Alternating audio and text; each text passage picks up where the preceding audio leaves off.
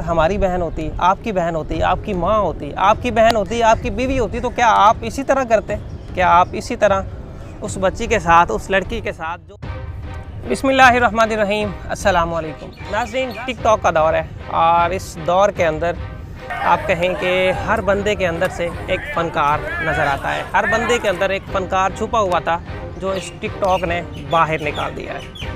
और ये फ़नकारियाँ हमें करनी चाहिए, हर किसी को करनी चाहिए। हर बंदे के अंदर एक जज्बा होता है, एक काम करने का, हर बंदे के अंदर अपना अपना एक सलीका होता है, काम करने का जोश होता है। हर बंदे के अंदर काम करने चाहिए, हर तरह का काम करना चाहिए, लेकिन काम जो है अगर हम इसको पॉजिटिव लें तो फिर ही बेहतर होता है।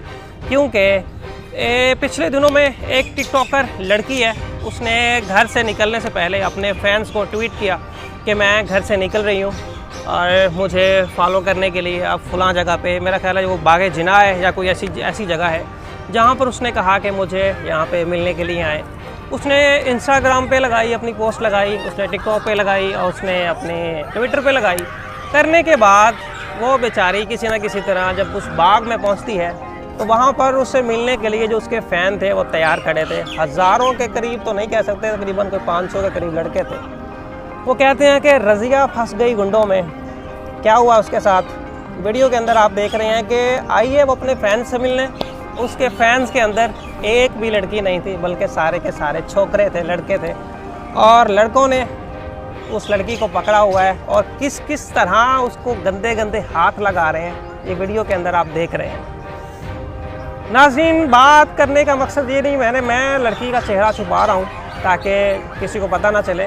बात करने का मकसद ये है कि अगर कोई लड़की अपने घर से निकल रही है तो क्या आप उसे कुत्तों की तरह खाना शुरू कर देंगे? तो वो बेचारी अगर उसने बाहर आने की गलती कर ही ली है, ये तो मैं मानता हूँ कि ये उसकी गलती है, उसको नहीं आना चाहिए था। उसके घर वालों को सोचना चाहिए था कि उसे वो अकेला ना आने देते। लेकिन अगर वो अकेली आ गई है, अगर वो अकेली निकल ही आई है, अगर अपने वो झुंड से दूर हो भी गई है, तो क्या उसे कुत्तों की तरह नोचना शुरू कर देंगे, उसे खाना शुरू कर देंगे?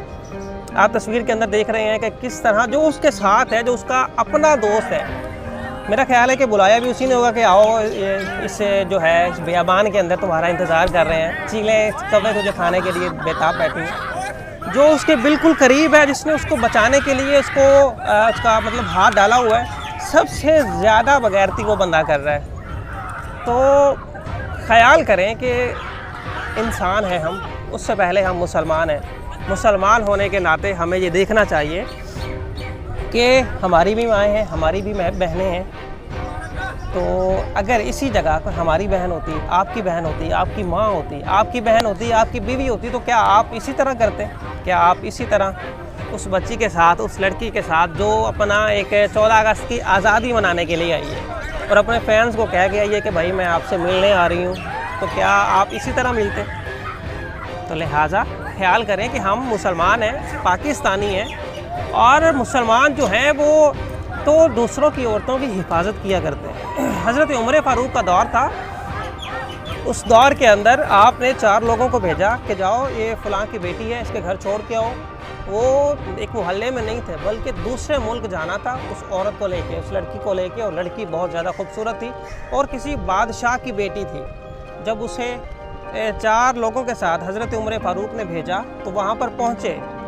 जब वहाँ पर पहुँचे तो उस लड़की के भाइयों ने देखा और कहा कि बहन तू इन 4 लोगों के साथ आई है, तुझे इन्होंने कुछ कहा तो नहीं?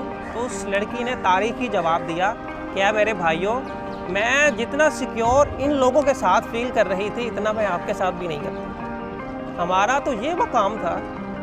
लेकिन अब हो क्या रहा है कि हम लड़की को देखते ही उसको नोचना शुरू कर देते हैं, उसको खाना शुरू कर देते हैं। कुछ तो ख्याल करें, अपना ख्याल रखिएगा। अगर आपको मेरी बात अच्छी ना लगी हो तो कोई मसला नहीं है, आप चैनल छोड़ के जा सकते हैं, लेकिन इसके ऊपर ज़रूर गौर कीजिएगा। अपना ख्याल रखिएगा। अल्लाह हाफ़िज़।